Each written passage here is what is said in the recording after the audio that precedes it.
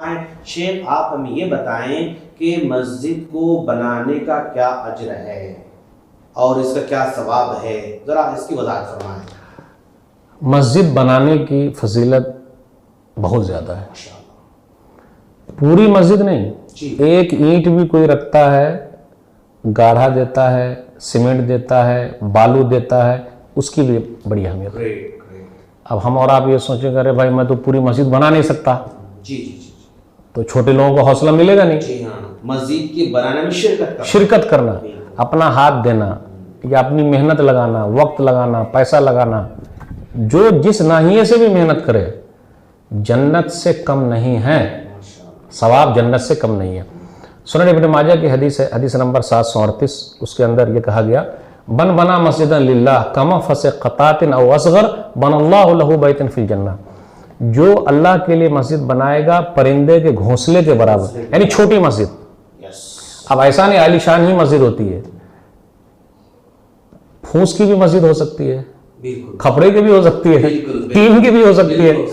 میں کئی جگہ پہ گیا اور ایسی مسجدوں کو دیکھا ہوں، بہت سکون ملتا ہے۔ پہلے مسجدیں کچی تھی، نمازی پکے تھے، آج مسجدیں پکی ہیں، نمازی کچے ہیں۔ تو جو بنانے میں کوشش کرتا ہے، بنانے میں لگا رہتا ہے، اس کے لیے پیسے اکٹھا کرتا ہے، اینٹ وغیرہ کا انتظام کرتا ہے، لوگوں کو لاتا ہے، کوشش کرتا ہے، پھرتے لاتا ہے، ادھر ادھر کر رہا ہے، تو کیا معمولی تھوڑے نا یہ؟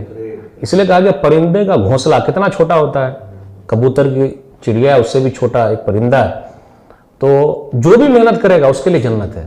ایک اور حدیث میں نبی صلی اللہ علیہ وسلم نے فرمایا، صحیح مسلم کی حدیث ہے، اس کے اندر یہ آیا، حدیث نمبر 533، من بنا مسجدا للہ بن اللہ لہ بیتا فی الجنہ، جو اللہ کے لیے مسجد بنائے گا اللہ اس کے لیے جنت میں گھر بنائے گا۔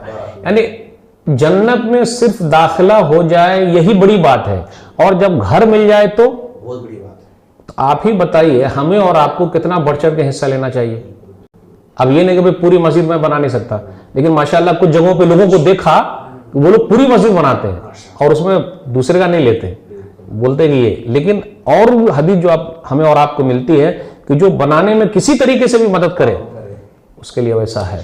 کہیں مسجد تعمیر ہو رہی ہے، ایک ایمان والا بندہ سمجھدار بننے کے لیے نیکیاں تو بھرے پڑے ہوئے، چھوٹے کام بڑے دام، میرا یہ سلوگن ہے۔ بالکل کہہ رہے ہیں آپ، صحیح کہہ رہے ہیں ماشاءاللہ۔ ناظرین اتنے خوش نصیب ہیں ہم لوگ کہ اتنی پیاری پیاری باتیں معلوم ہو رہی ہیں، اور جنت میں جانا کتنا آسان ہے، کتنا آسان ہے، دیکھیں بالکل یعنی اللہ نے اتنے راستے رکھے ہیں اپنے لوگوں کے لیے، ماشاءاللہ۔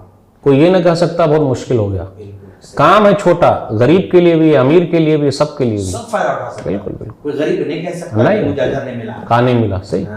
ماشاءاللہ۔ ہم اللہ سے دعا کرتے ہیں باری تعالیٰ تو ہم تمام کو مسجد کا خادم بننے کی توفیق عطا فرما، مسجد کو تعمیر کرنے والا بننے کی توفیق فرما، مسجدوں کو آباد کرنے کی توفیق عطا فرما۔